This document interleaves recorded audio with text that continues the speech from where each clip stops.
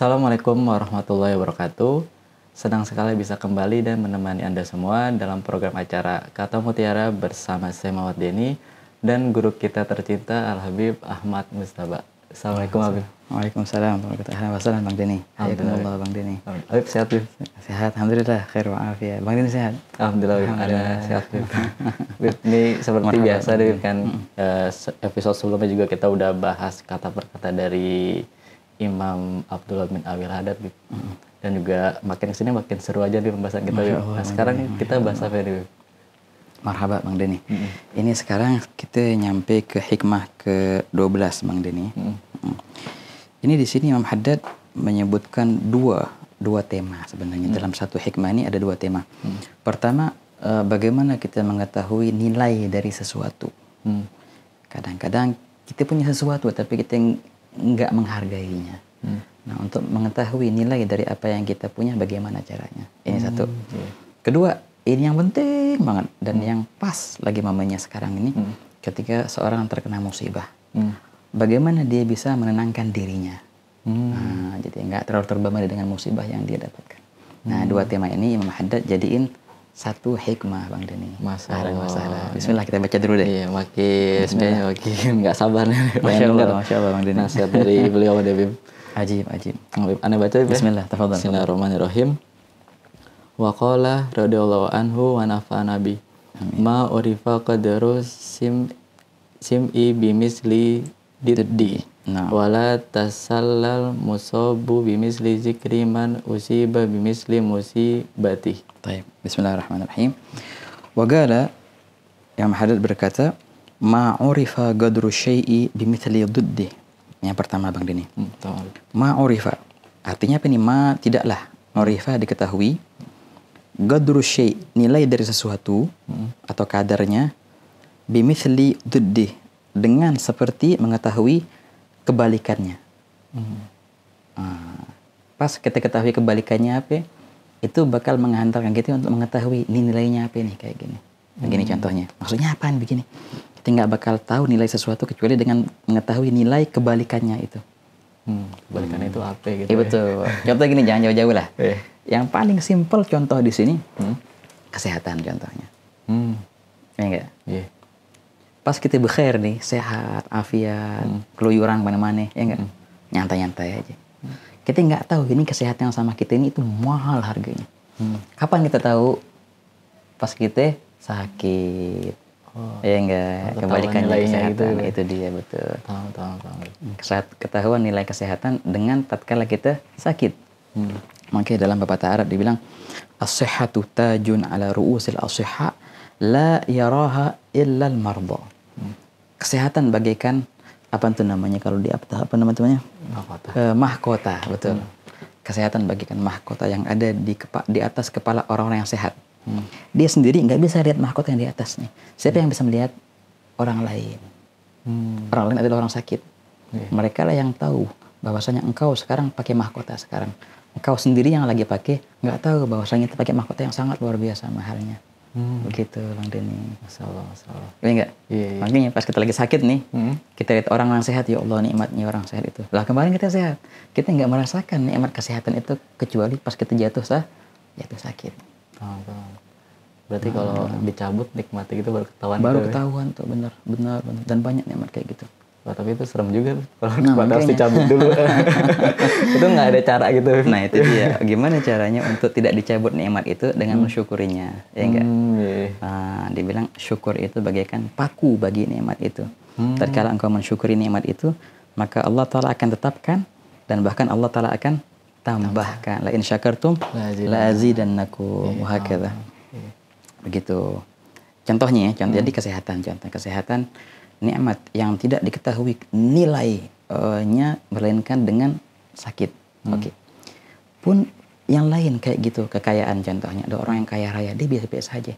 Ketika dia jatuh miskin, baru sadar, kemarin nikmat yang luar biasa kemarin yang dia miliki.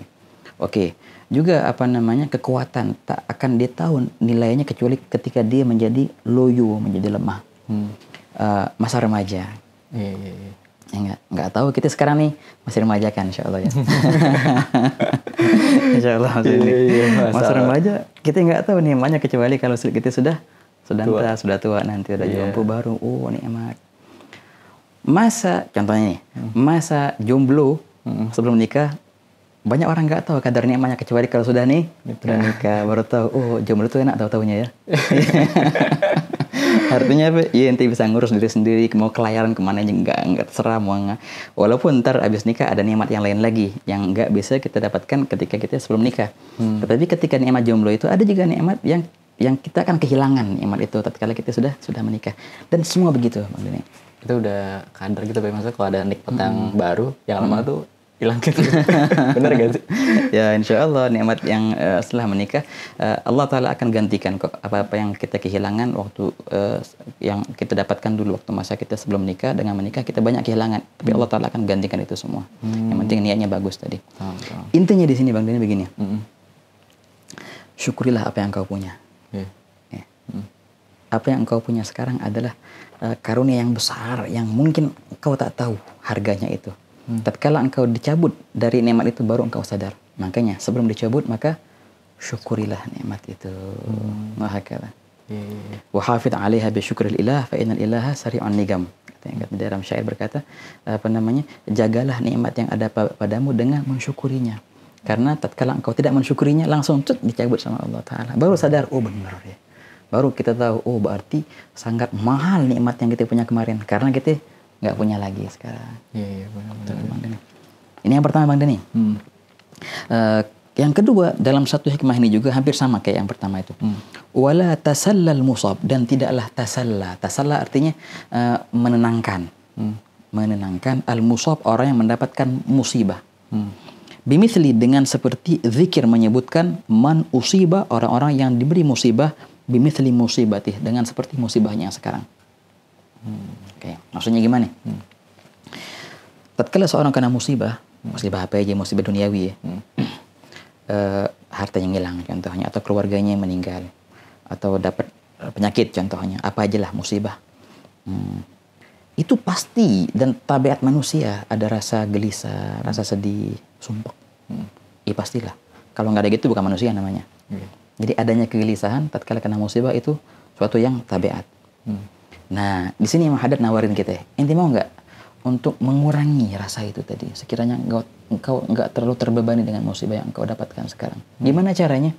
Tidaklah ada yang paling ampuh untuk menenangkan kegelisahan seorang yang terkena musibah, melainkan menyebut orang-orang yang pernah kena musibah seperti dia itu.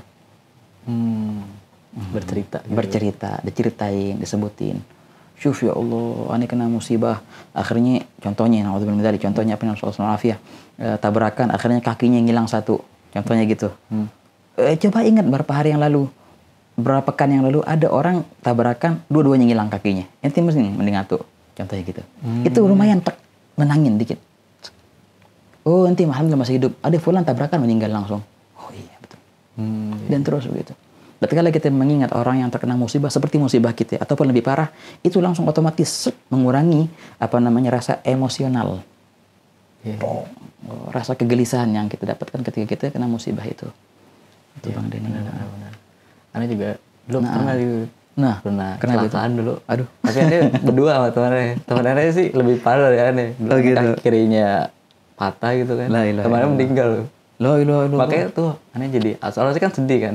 Tapi Ane bersyukur deh nggak meninggal gitu. Betul. Jadi berarti kita mengingat orang yang lebih ini dari kita tuh agak, maksudnya ada yang lebih betul gitu Bebe. Nah, ini juga penting. Tatkala kita kayak tadi cerita Bang Denny itu, akhirnya Allah bersyukur nih, Allah cuma segini yang Allah Ta'ala berikan kepada nih musibah. Fulan bin Fulan lebih dahsyat lagi musibahnya. Tapi hadza ajib itu bagus, artinya untuk meringankan beban kita. Tapi dari segi orang-orang solehin, pandangan seperti ini dianggap kekurangan bagi mereka. Loh kenapa? Makanya ada cerita ini ajib nih.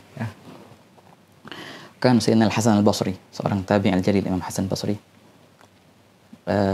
Dia punya toko. Punya kedai di pasar. Subhanallah, apa yang terjadi? Kebakaran tuh pasar. Pasar habis. Kecuali tokonya. nggak kebakaran. Tamam. Akhirnya apa terjadi? Orang-orang ngabarin sama ke Sayyidina Hasan Basri, ya Imam, ihtaragal suq, pasar kebakar, kecuali toko ente. Kemudian abis itu dia bilang, Alhamdulillah. Alhamdulillah toko aneh nggak kebakaran. Tamam. Abis itu dia mikir lagi, kok Alhamdulillah ya? Masa aneh Alhamdulillah atas musibah orang? Akhirnya dia bantu enggak? Dia beristighfar atas Alhamdulillah itu selama 40 tahun. Karena dia rasa Alhamdulillah yang dia katakan itu sama dengan mensyukuri musibah yang orang lain terkena musibah itu. Walaupun sebenarnya itu adalah rasa syukur.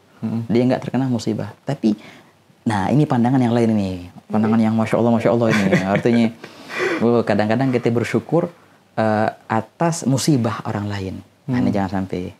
Artinya apa? Tatkala kita bersyukur atas Alhamdulillah hanya sekedar ini musibah yang Allah Ta'ala kasih kepada anak. Bukan berarti itu kita bersyukur atas musibah yang menimpa orang lain. Nah ini agak beda Bang Deni, ada mirip banget tapi lain. Tatkala kita bersyukur atas musibah orang lain itu jangan, bahaya itu. Tatkala kita bersyukur atas musibah yang Allah Ta'ala berikan kepada kita yang minimal, yang minimis, lebih minimis dari orang lain, nah ini bagus. Nah inilah kata yang haddad. Nah, hampir aja istighfar nih 40 tahun nih. Aling enggak maksud itu sih. Nah, pastilah. Dan emang kebanyakan enggak lah, jarang ada yang maksud untuk bersyukur atas musibah orang lain. Ya, hanya bagi mereka kalangan arifin billah yang lebih Masya Allah sangat berhati-hati. Jangan sampai kayak gitu. Sebenarnya sih enggak sih. Enggak mungkin lah dia bersyukur atas musibah yang lain. Iya, enggak. Gitu. Tapi di situ sih emang baru ketahuan sih maksudnya gimana caranya bisa jalan gitu kan. Itu kan selama hampir sebulan lebih tuh itu nggak bisa nengkuk kaki kan karena lurus gitu kan. Terus itu wah nikmat banget bisa jalan gitu kan, bisa kamar mandi, benar-benar ketahuan gitu nilai kaki gitu tadi kan. Ini berarti ini makanya nikmat ini adalah hikmah yang kita baca sekarang adalah obat tatkala orang terkena musibah. Pertama, tatkala kita terkena musibah, untuk ngobatin kegelisahannya gimana caranya? Ingat orang-orang yang pernah kena musibah kayak gini juga, bahkan lebih parah. Satu. Yang kedua, baru kita faham nilai nikmat yang kita punya kemarin dengan musibah yang kita dapat sekarang.